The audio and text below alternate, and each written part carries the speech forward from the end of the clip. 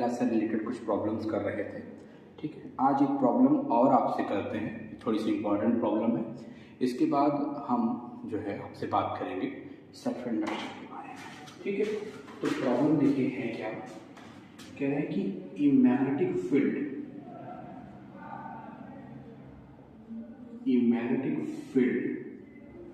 B exists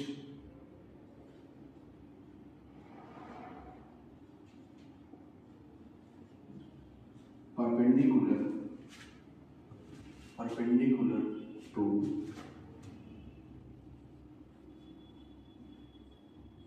plane of paper in a cylindrical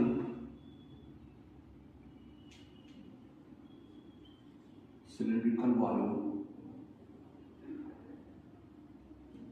of radius capital. कह रहे हैं if B is increasing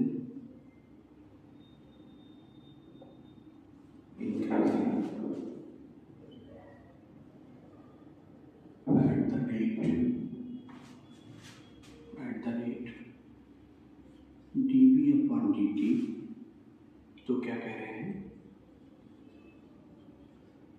कि calculate the electric field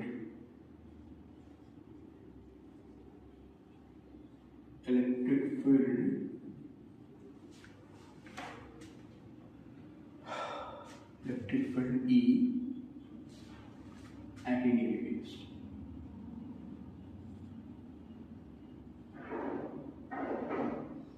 ठीक है, पहला कहाँ कह रहे हैं R, और दूसरा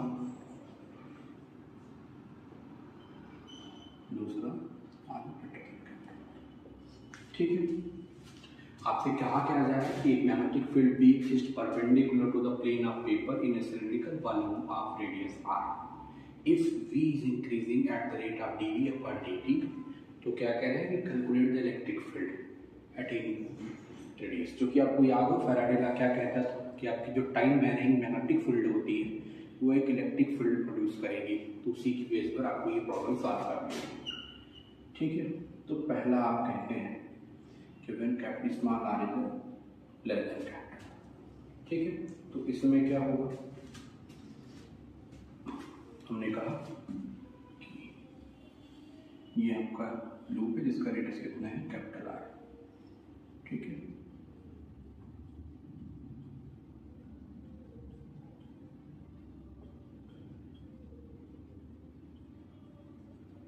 कह रहे हैं कि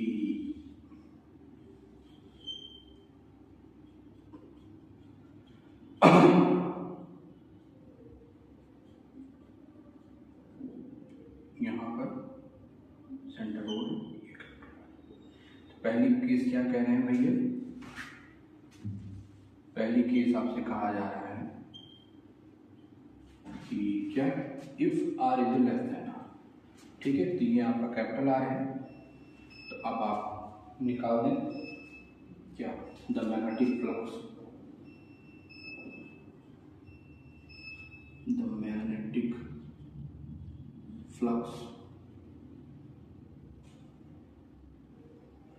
through the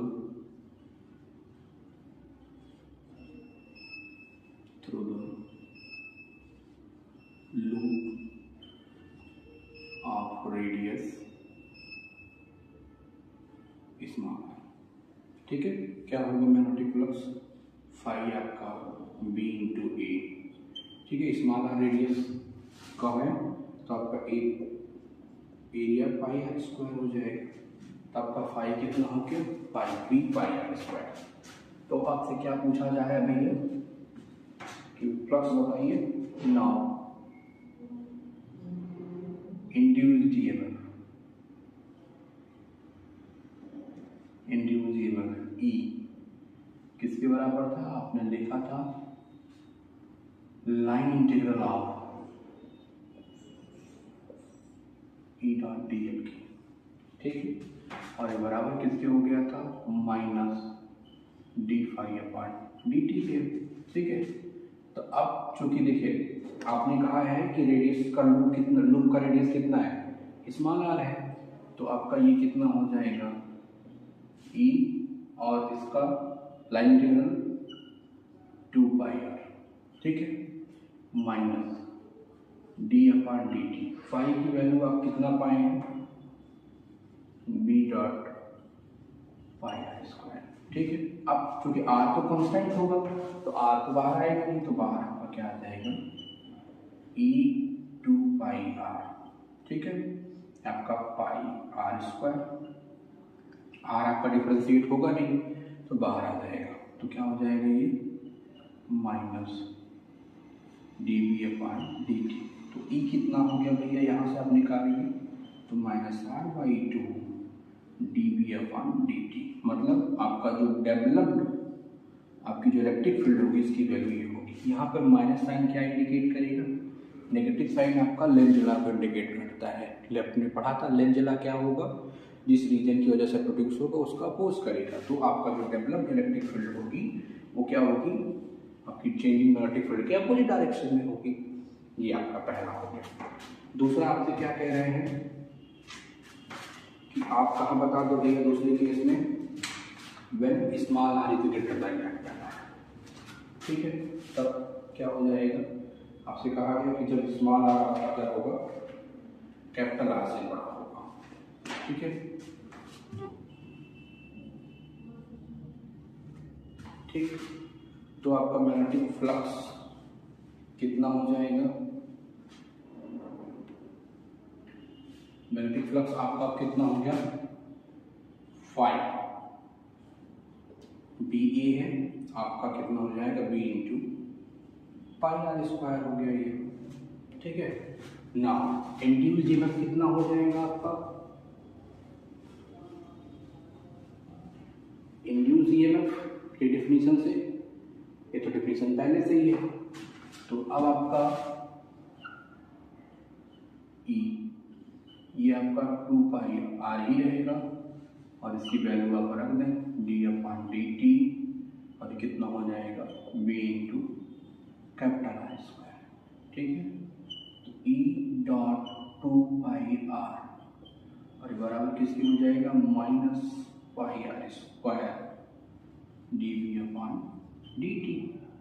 तो आपका जो डेवलप्ड ई होगा वो कितना होगा, minus capital R square upon small R D B upon D T, ठीक है। जो डेवलप्ड आपकी इलेक्ट्रिक फील्ड होगी उसकी वैल्यू होगी दूसरी केस में, ये ध्यान रखेंगे, ठीक है। तो ये बहुत इंपॉर्टेंट प्रॉब्लम है, ये आप थोड़ा सा ध्यान से समझिएगा, ठीक है। कि जब आपने कहा कि आपकी एक मैग्नेटिक फील्ड है जो आपके सिलेंड्रिकल वॉल्यूम जिसका रेडियस कितना है, कैपिटल आर है, उसके परपेंडिकुलर है, अगर भी आपका चेंज हो रहा है तो आपसे क्या कहेंगे कि आप हमें इलेक्ट्रिक फील्ड बता दीजिए, ठीक है। ये आपका हो गया। अब बात करते हैं आपसे सेल्फ कंडक्शन, क्या होता है सेल्फ कंडक्शन।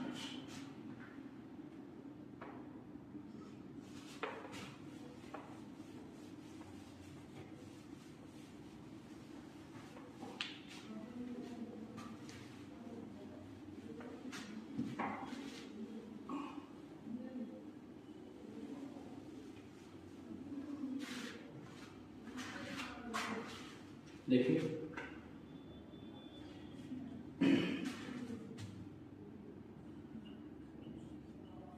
सेल्फ इंडक्शन क्या होता है, सेल्फ इंडक्शन ये समझते हैं। आपने कहा था कि जब किसी भी सर्किट या कॉइल के मैग्नेटिक फ्लक्स में आप कोई चेंज करते हो या उसमें फ्लोइंग करंट को आप चेंज करते हो तो उसमें एक इंड्यूस ईएमएफ जनरेट हो जाता है उस कॉइल में या उसकी नेबरिंग कॉइल में एक ईएमएफ जनरेट हो जाता है, उसी को हम क्या कहते हैं, इलेक्ट्रोमैग्नेटिक इंडक्शन कहते हैं, ठीक है। अगर वही सेल्फ इंडक्शन अगर जिस कॉइल में आप चेंज कर रहे हैं अगर उसी कॉइल में प्रोड्यूस हो जाएगा तो उस फेनोमेना को हम सेल्फ इंडक्शन कहते हैं। ध्यान से समझ लीजिए, आप कहते हैं ये phenomena of producing induced EMF in the coil, self coil. When I change, if magnetic flux is change, मतलब जब आपका फ्लक्स चेंज होगा या आपकी करंट चेंज हो, उसमें उसी कॉइल में, जिस कॉइल में आप चेंज कर रहे हो, उसमें आपका जब डेवलप पोटेंशियल हो जाएगा तो उसी को हम क्या कहते हैं भैया, सेल्फ इंडक्शन कहेंगे।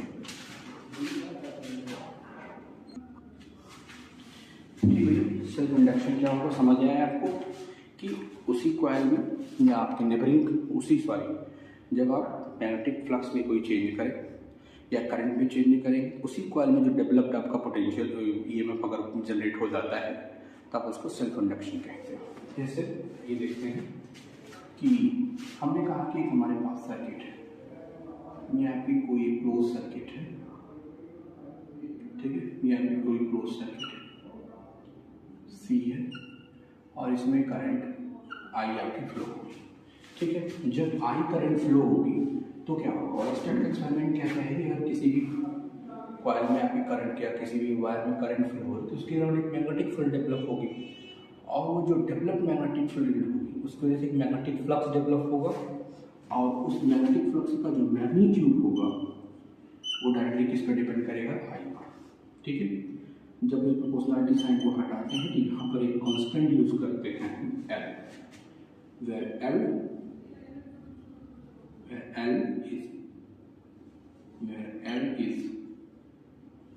एल को क्या कहते हो, coefficient of self induction.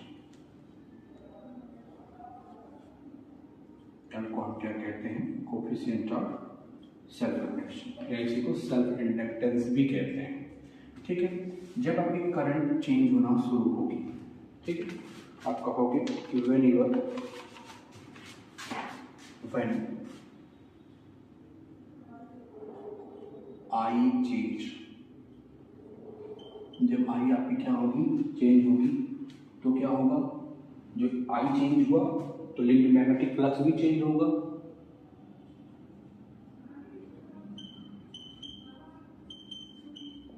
Magnetic flux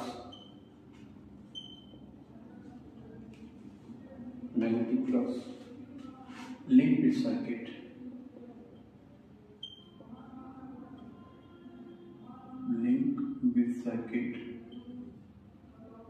also change, ठीक है, also चेंज हो जाएगा। अब जब मैग्नेटिक फ्लक्स भी आपको बदलेगा एंड क्या होगा, induced EMF is set up in the circuit। आप क्या कहेंगे, आपने कहा कि जब इसमें जो करंट फ्लो, आई करंट जो फ्लो हो रही थी, जब वो चेंज होना शुरू होगी तो वहाँ पर एक मैग्नेटिक फ्लक्स भी आपका बदलेगा, और जब मैग्नेटिक फ्लक्स आपका बदलेगा तो क्या होगा, एक इंड्यूस EMF यहाँ पर सेटअप हो जाएगा, ठीक है। और इंड्यूस EMF से क्या वैल्यू क्या होगी, उसको फैराडे साहब के स्टेटमेंट से देखेंगे, फैराडे लॉ क्या कहता है कि आपका जो डेवलप्ड जो आपका EMF होगा उसकी वैल्यू -d∅F1 मैग्नेटिक फ्लक्स के नेगेटिव रेट के बराबर होगी, ठीक है। तो ये आपका क्या हो जाएगा, फाई आपने कैलकुलेट ही किया है, एल क्या था, प्रोपोर्शनलिटी कांस्टेंट था, तो -L/di/dt,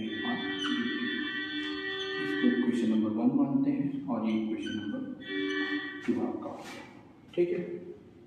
इक्वेशन नंबर 1 और इक्वेशन नंबर 2, दो इक्वेशन हो गए।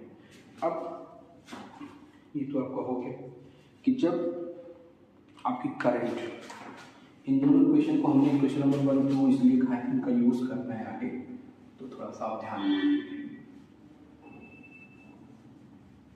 ठीक है। अब जब करंट फ्लो होना शुरू होगी ना, तो क्या होगा, पहला नाउ when the current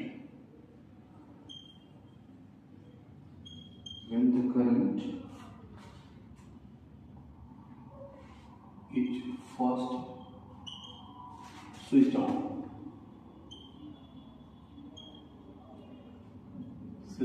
जब आप क्या करोगे सर्किट में करंट पहले स्विच ऑन होगी तो क्या होगा, अभी जो डेवलप ईएमएफ होगा ना ये क्या करेगा, वो अपोज करेगा द बैक ईएमएफ। इसको बैक ईएमएफ क्यों कहते हैं ये ध्यान रखेंगे, क्योंकि डायरेक्शन अपोजिट होती है, पहले आपने लेंज लॉस ने कहा था, इसलिए इसको बैक ईएमएफ कहते हैं। The back EMF opposes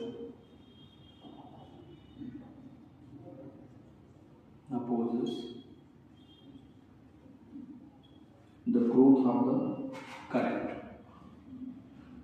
both of the growth of the current। सो क्या हो जाएगा, जब अपोज करेगा तो आपको करंट को फ्लो कराने के लिए कुछ वर्क करना पड़ेगा। Show that the current flow against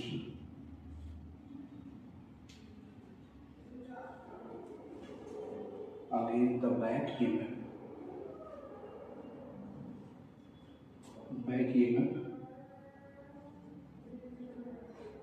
ठीक है ना। करंट किसके अगेंस्ट फ्लो है, बैक ईएमएफ के, एंड क्या करेगी, एंड डज वर्क किसके अगेंस्ट, बैक ईएमएफ के, ठीक है ना। आपने क्या कहा कि जब करंट पहले स्विच ऑन होगी तो क्या होगा, बैक ईएमएफ आपके करंट के ग्रोथ को अपोज करेगा, तो आपकी करंट जो होगी वो बैक ईएमएफ की करंट अगेंस्ट में चलेगी और आपको इसके लिए वर्क करना पड़ेगा, ठीक है ना। और अब हमने कहा कि इफ द ग्रोइंग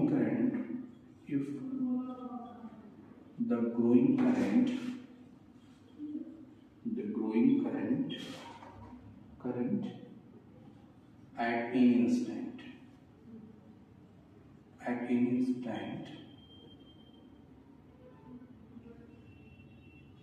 vi, ठीक है, then work done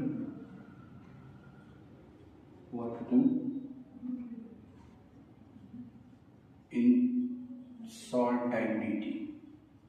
आपने क्या कहा भैया, कहा कि अगर ग्रोइंग करंट आपकी कितनी हो, किसी एट एनी स्टैंड dt हो, तो आपने क्या कहा कि अगर इन स्टैंड पे करंट आपकी आई हो तो आपको 60 टाइम dt में कितना वर्क करना पड़ेगा, ठीक है। डिफिनेशन वर्क की लगाइए, dw किसके बराबर होगा, minus E I D T के होगा। ई अभी आपने कैलकुलेट कर रखा है, ई क्या हो जाएगा, minus L D I upon D T, और आई डी टी हो जाएगा, तो डी डब्ल्यू कितना हो जाएगा, plus L I D T हो जाएगा। इतना आपका वर्क हो गया, ठीक है। अब आप क्या कहेंगे भैया, शो टोटल वर्क डन कितने में, in bringing current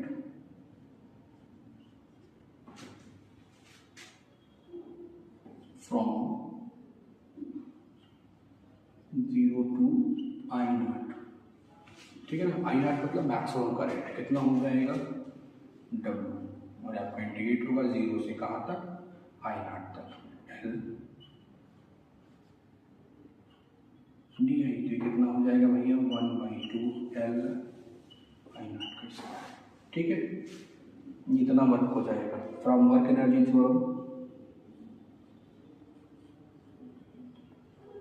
energy theorem,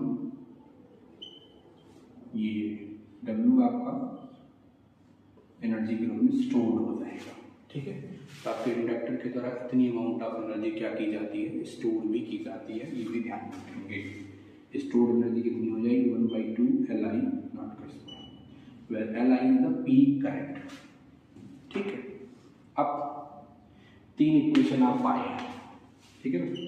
इन तीनों के बेस पर हम चल रहे हैं कि आपके एल को डिफाइन करना।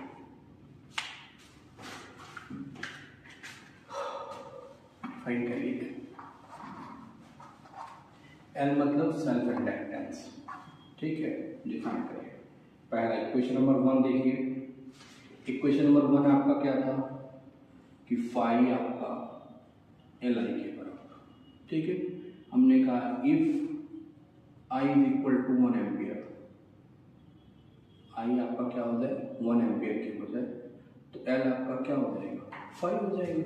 मतलब कि अगर आपकी सर्किट में वो आपकी जो फ्लोइंग करंट है अगर वो 1 एम्पियर की है तो उसमें जो आपका डेवलप्ड मैग्नेटिक फ्लक्स होगा वही आपका क्या हो जाएगा EMF.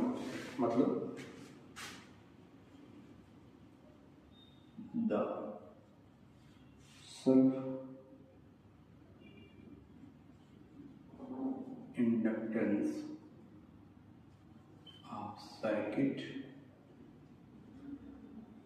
is defined as the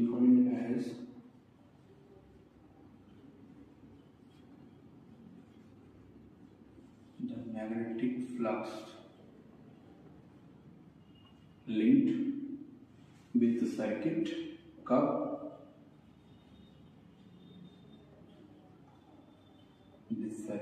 curve when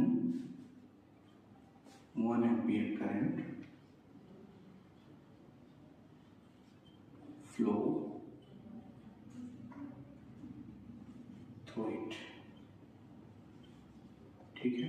जब 1 एम्पियर की करंट फ्लो होनी शुरू होगी उस समय आपका जो डेवलप आपका जो मैग्नेटिक फ्लक्स होगा वही आपका क्या होगा सेल्फ इंडक्टेंस होगा।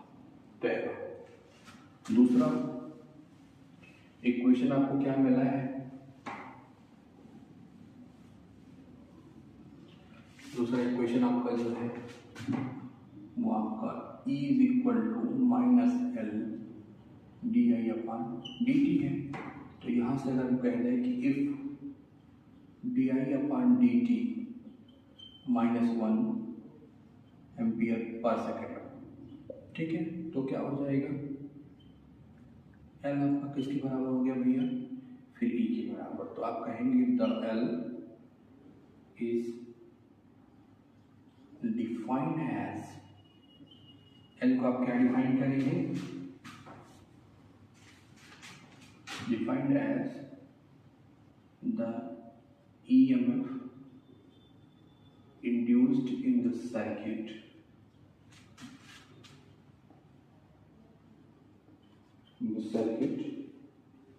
कब, when the rate of decay of the current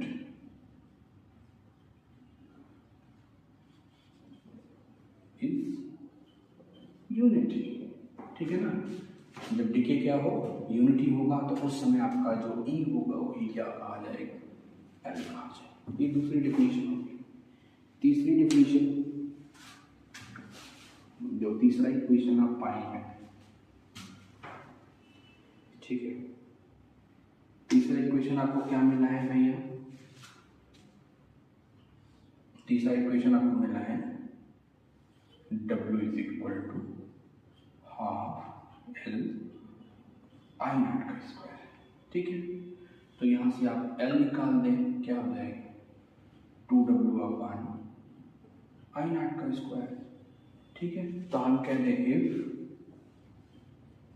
I nought equal to 1 ampere, तो L आपका क्या हो जाएगा W, ठीक है। तो इसका मतलब क्या हो जाएगा, यहाँ लिख देते हैं इसका मतलब, तो ये तीनों को एक साथ कोरिलेट करना है, इसलिए लिखते हैं L इज डिफाइंड एज, किसके बराबर होगा 2 टाइम्स होगा, किसके, आपकी पीक करंट, अगर 1 एम्पियर की पीक करंट को आपको क्या करना हुआ फ्लो कराना हुआ तो उस समय जब किया गया वर्क होगा उसका 2 टाइम्स होगा। Is defined as twice the work done, twice the work done against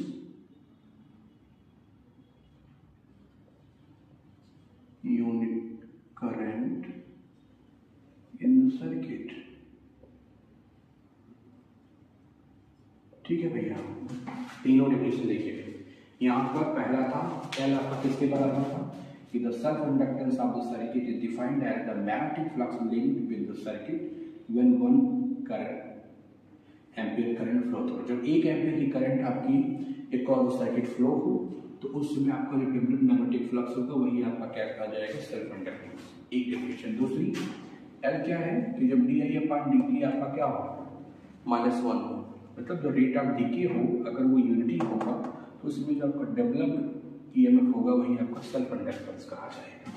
दूसरा तीसरी डेफिनेशन आपकी क्या है कि जब आई नॉट आपका 1 एम्पियर, आई नॉट 1 एम्पियर मतलब थ्रू द सर्किट अगर 1 एम्पियर की करंट फ्लो हो तो उस समय आपके जो वर्क डन का जो ट्वाइस 2 टाइम्स होगा वही आपका क्या कहा जाएगा, सेल्फ इंडक्टेंस कहा जाएगा। ये 2, ठीक है भैया, ये आपका सेल्फ इंडक्टेंस हो गया। ठीक है, एक आपसे पूछा जाता है कि what is the physical significance of L, पूछा जाता है कभी कभी, तो ध्यान रखेंगे आपने इनर्शिया पढ़ा होगा। इनर्शिया क्या होती है कि मैकेनिकल वर्क में आपने पढ़ा होगा क्या होता है मैकेनिकल, उसमें कि आपके मोशन का जो अपोज करती है। इनर्शिया का मतलब क्या होता है, मोशन का अपोज कर रहा। ठीक है, तो वैसे ही आपका अगर आप उस बेस पे अपने इंडक्टर को इंडक्टेंस को डिफाइन करें, सेल्फ इंडक्टेंस को, तो आप कहेंगे कि करंट के अपोज करने की जो एबिलिटी होती है किसी भी सर्किट की, उसी को हम क्या कहते हैं, सेल्फ इंडक्टेंस कहते हैं। ठीक है, क्या है,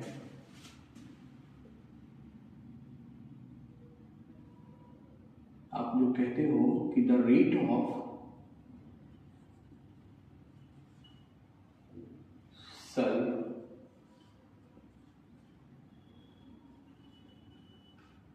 इंडक्टेंस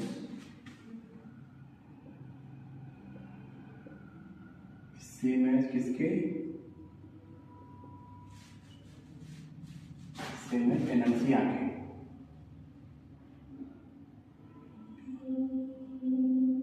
इनर्शिया के ना, तो एल क्या होगा, एल आपके circuit oblique coil is a measure of its ability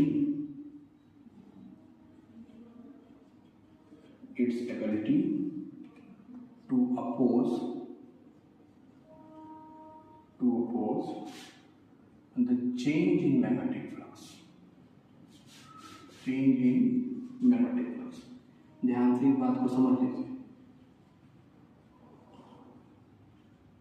जल किसके बराबर होता है, अभी मैग्नेटिक फ्लक्स में जो चेंज करना होगा उसी के उसका अपोज करेगा, उसको जो मेजर करता है उसी को आप क्या कहते हो, सेल्फ इंडक्टेंस का ना। जैसे इनर्शिया की बात करें तो इनर्शिया में आपने कहा था कि इनर्शिया क्या करती है भैया, मैकेनिकल वर्क में जो किया गया मैकेनिकल वर्क में आपके मोशन का अपोज करती है, सिंपल से। ठीक है, ठीक है, वैसे ही आपका इंडक्टर क्या होता है, इंडक्टेंस जो आपका सेल्फ इंडक्टेंस होगा किसी भी कॉइल का, वो ability to oppose the change in magnetic flux. ठीक है, मैग्नेटिक फ्लक्स में जो चेंज होगा उसका जो अपोज करेगा उसी को हम क्या कहते हैं, सेल्फ इंडक्टेंस कहें, ये याद रखिएगा। ठीक है, अब इसके क्वेश्चन का है कि अगर कोई आपके पास सोलेनाइड हमने ले लिया तो उसका क्या है, सेल्फ इंडक्टेंस कैसे कैलकुलेट करोगे।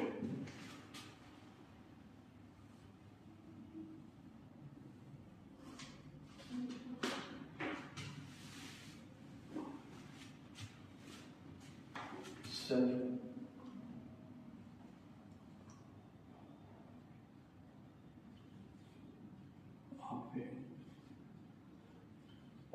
सॉलिनाइड, किसी भी सॉलिनाइड का सेल्फ इंडक्टर कैसे कैलकुलेट किया जाएगा। ठीक है, हमने एज्यूम किया, हमने कहा कि हमारे पास एक सॉलिनाइड है इसका कोर एयर का है। ठीक है, एयर कोर एक सॉलिनाइड है जिसका क्रॉस सेक्शनल एरिया ए है।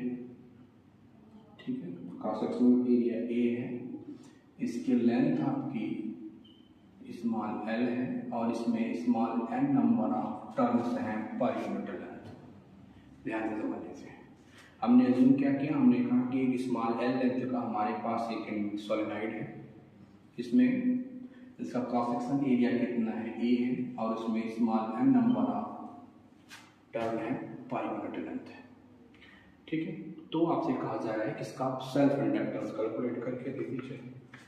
ठीक है, अब अगर हमने कहा कि इसमें करंट आई फ्लो हो रही, इफ आई करंट फ्लो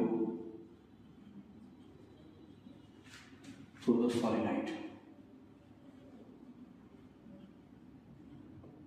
तो अब करंट अगर फ्लो होगी आई करंट तो क्या हो जाएगा, ओरस्टेड के एक्सपेरिमेंट के अकॉर्डिंग एक मैग्नेटिक फील्ड डेवलप होगी। आपने पढ़ा है कि अगर सॉलिनाइड है तो आउटसाइड फील्ड जीरो होती, इनसाइड फील्ड यूनिफॉर्म होती है। तो हम कहेंगे the magnetic flux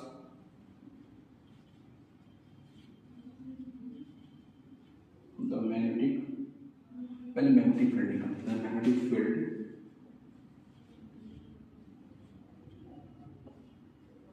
inside the सॉलिनाइड।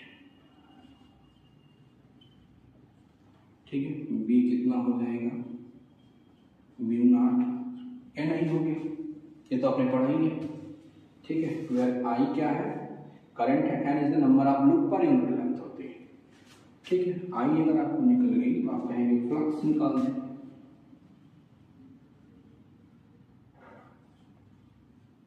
Magnetic flux, magnetic flux क्या होगा, phi equal to B into A. ठीक है ना, ए मतलब एरिया ऑफ द सॉलिनाइड। ठीक है, तो वो कैसे निकलेगा, बी आपने कैलकुलेट किया है म्यू नॉट एन आई। ठीक है, अब एक राउंड का एरिया कितना होगा,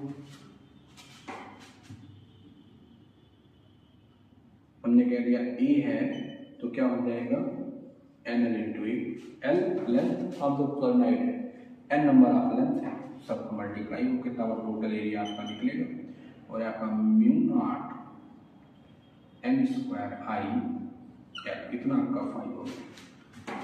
अब फ्रॉम डेफिनेशन से आप जानते हैं,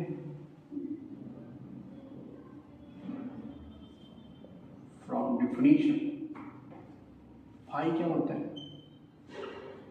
एल इंटू आई। तो शो एल आई यहाँ पर किसके बराबर होगा, mu naught N square I L, I से आई कैंसिल, तो एल आपका कितना हो गया भैया, म्यू नॉट एन स्क्वायर, इतना आपका, नहीं ए तो छूटी जा रहा है भाई, ए ए ए। ठीक है, किसी भी सॉलिनाइड का सेल्फ इंडक्टेंस आपका इतना होगा। ठीक है, ये बराबर किसके हो जाएगा, आपका mu naught N square L P, ये आपका सॉलिनाइड। ठीक है, आइए कुछ प्रॉब्लम करते हैं इस पर।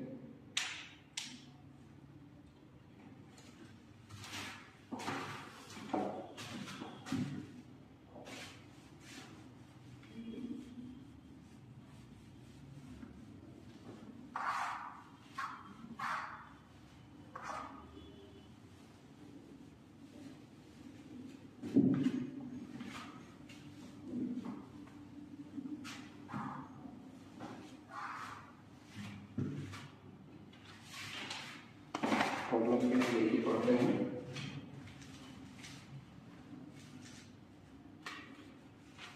प्रॉब्लम आपकी है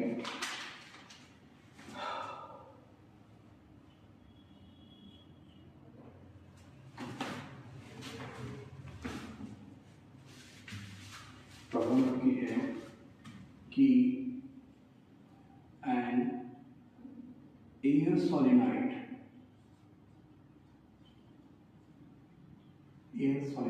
of 80 centimeter length has 50 tons and its circular cross section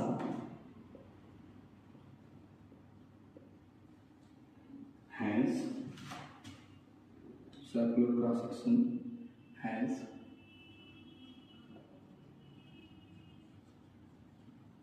a diameter of 2 centimeter।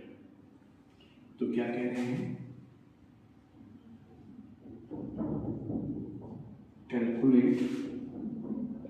Calculate number 1,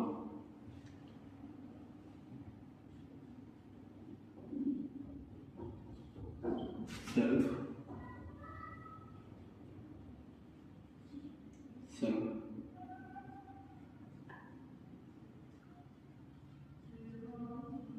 inductance of solenoid,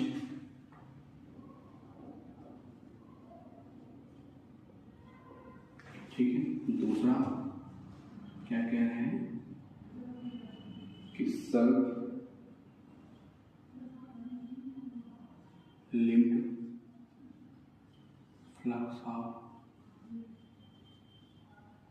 solenoid। तीसरा the rate of change of current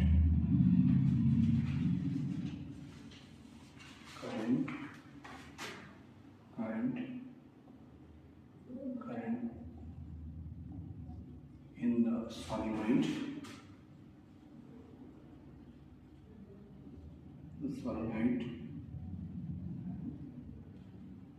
that will produce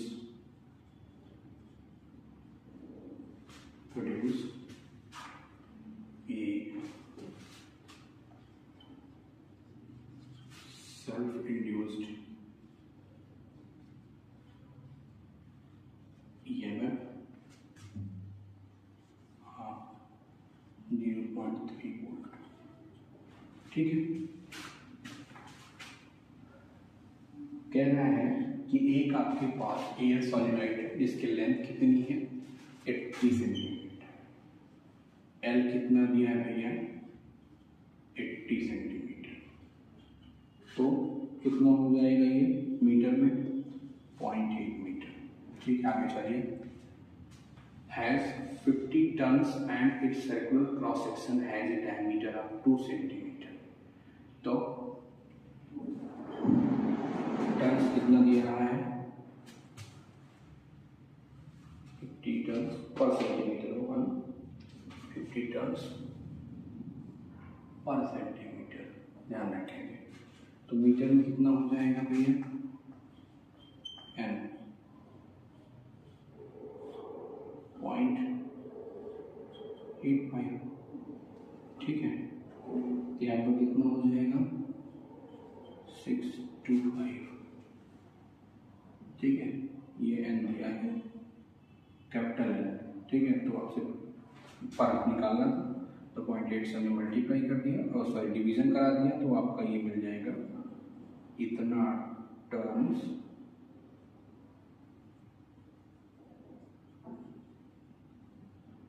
पर metre. कितना 625 terms पर metre हो गया। ठीक है, अब आपसे पूछा क्या जा रहा है कि आप L बता दो। तो ठीक है, पहले तो आपने सॉलिनॉइड क्रॉस सेक्शन एरिया निकालना।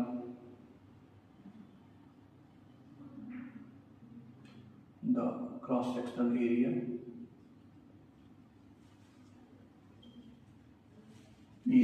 क्या होता है क्रॉस सेक्शनल एरिया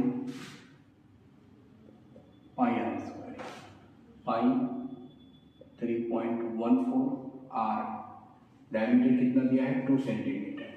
ठीक है, तो इसका मतलब रेडियस कितना हो जाएगा 10⁻⁻² स्क्वायर, तो यहाँ पर कितना हो गया भैया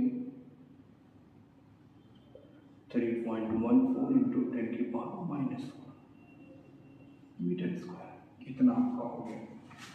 अब आपसे क्या पूछा जा रहा है, पहला कि आप the self inductance of the solenoid बता दीजिए। अभी हमने निकाला L क्या हो जाएगा μ0 n² AL, ठीक है, तो वैल्यू रख दीजिए। μ0 की वैल्यू 4.10⁻⁻7, n कितना निकाला है आपने 625, e कितना आया है 3.14 × 10⁻⁻4, l कितना है 0.8। ठीक है, इसको जब आप सॉल्व करेंगे l की जो वैल्यू आएगी वो आएगी 1.232 × 10⁻⁻4 हेनरी। ठीक है, इतने हेनरी है। पहला आपका होगा। दूसरा आपसे क्या पूछा जा रहा है, दूसरा कि self linked flux of solenoid. तो अब L निकल गया तो फाइन आप बता ही सकते हो क्या हो जाएगा Li, तो 1.232 × 10⁻⁻, I कितना है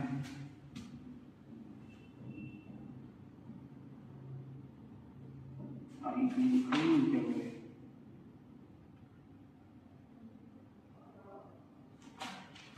self linked flux of solenoid when 2 ampere कर देते हैं, when 2 एम्पियर करंट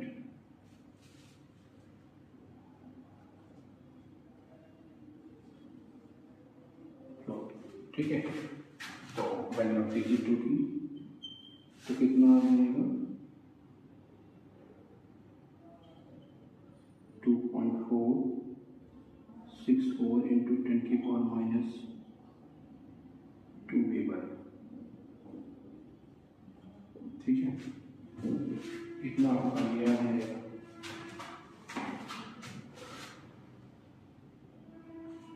10⁻⁴ ही रहेगी भाई, इतने वेबर हो गया। और आपने क्या पूछा है अब लास्ट में कि कह रहे हैं कि the rate of change current in the solenoid that produces a self induced EMF of 0.3 volt का। ठीक है, तो अब लास्ट आप निकाल दीजिए कि जब आपसे कह रहा है कि 3 वोल्ट का अगर ईएमएफ प्रोड्यूस कर रहा है तो आप di/dt बता दीजिए, कैलकुलेट कर लीजिए।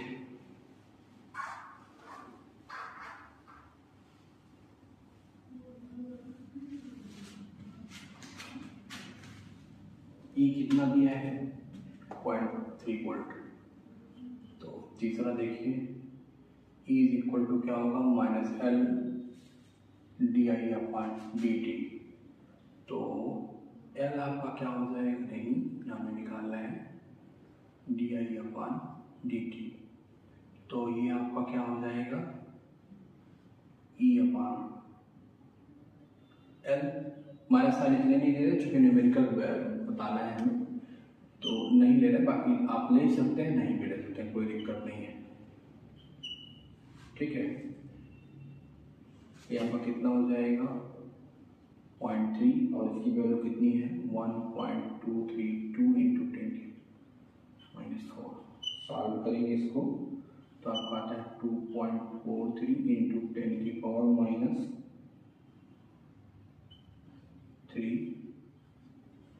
Ampere per second. ठीक है, तो ये आपकी एक प्रॉब्लम थी जिसमें आपसे निकलवाया क्या क्या गया था भैया, इसमें आपसे निकलवाया गया था कि अगर आपके पास कोई एक सॉलिनॉइड हो जिसकी लेंथ कितनी थी 80 सेंटीमीटर थी और 52 टर्म्स थे उसमें, उसके एरिया क्रॉस सेक्शनल ये था। तो आपसे क्या पूछा जा रहा था कि सेल्फ इंडक्टेंस आप कॉइल बता दीजिए, सेल्फ फ्लक्स बता दीजिए, रेट बता दीजिए।